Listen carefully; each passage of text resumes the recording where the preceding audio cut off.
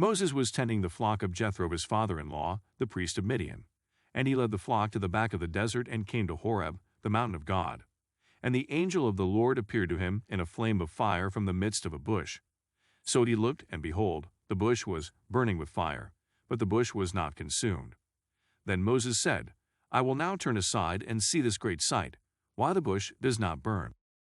When the Lord saw that he turned aside to look, God called to him from the midst of the bush and said, Moses, Moses. And he said, Here I am. Then he said, Do not draw near this place. Take your sandals off your feet, for the place where you stand is holy ground. Moreover he said, I am the God of your father, the God of Abraham, the God of Isaac, and the God of Jacob. And Moses hid his face, for he was afraid to look upon God.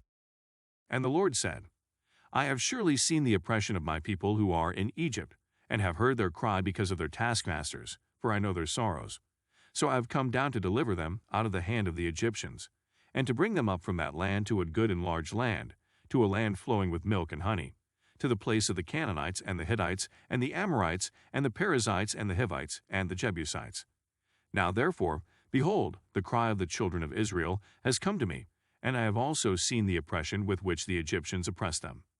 Come now therefore, and I will send you to Pharaoh that you may bring my people, the children of Israel, out of Egypt. But Moses said to God, Who am I that I should go to Pharaoh, and that I should bring the children of Israel out of Egypt? He said, I will certainly be with you.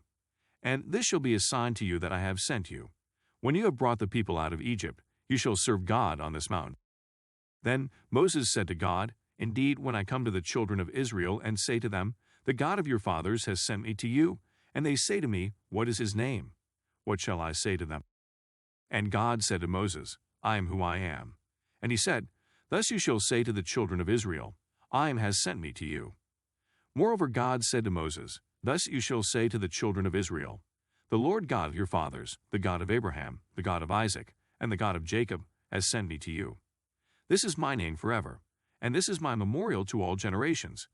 Go and gather the elders of Israel together, and say to them, The Lord God of your fathers, the God of Abraham, of Isaac, and of Jacob, appeared to me, saying, I have surely visited you and seen what is done to you in Egypt. And I have said, I will bring you up out of the affliction of Egypt to the land of the Canaanites and the Hittites, and the Amorites, and the Perizzites, and the Hivites, and the Jebusites, to a land flowing with milk and honey. Then they will heed your voice, and you shall come, you and the elders of Israel, to the king of Egypt, and you shall say to him, The Lord God of the Hebrews has met with us. And now, please, let us go 3 days' journey into the wilderness, that we may sacrifice to the Lord our God. But I am sure that the king of Egypt will not let you go, no, not even by a mighty hand. So I will stretch out my hand and strike Egypt with all my wonders, which I will do in its midst, and after that he will let you go. And I will give this people favor in the sight of the Egyptians, and it shall be, when you go, that you shall not go empty-handed. But every woman shall ask of her neighbor, namely of her who dwells near her house, articles of silver, articles of gold, and clothing, and you shall put them on your sons and on your daughters. So you shall plunder the Egyptians.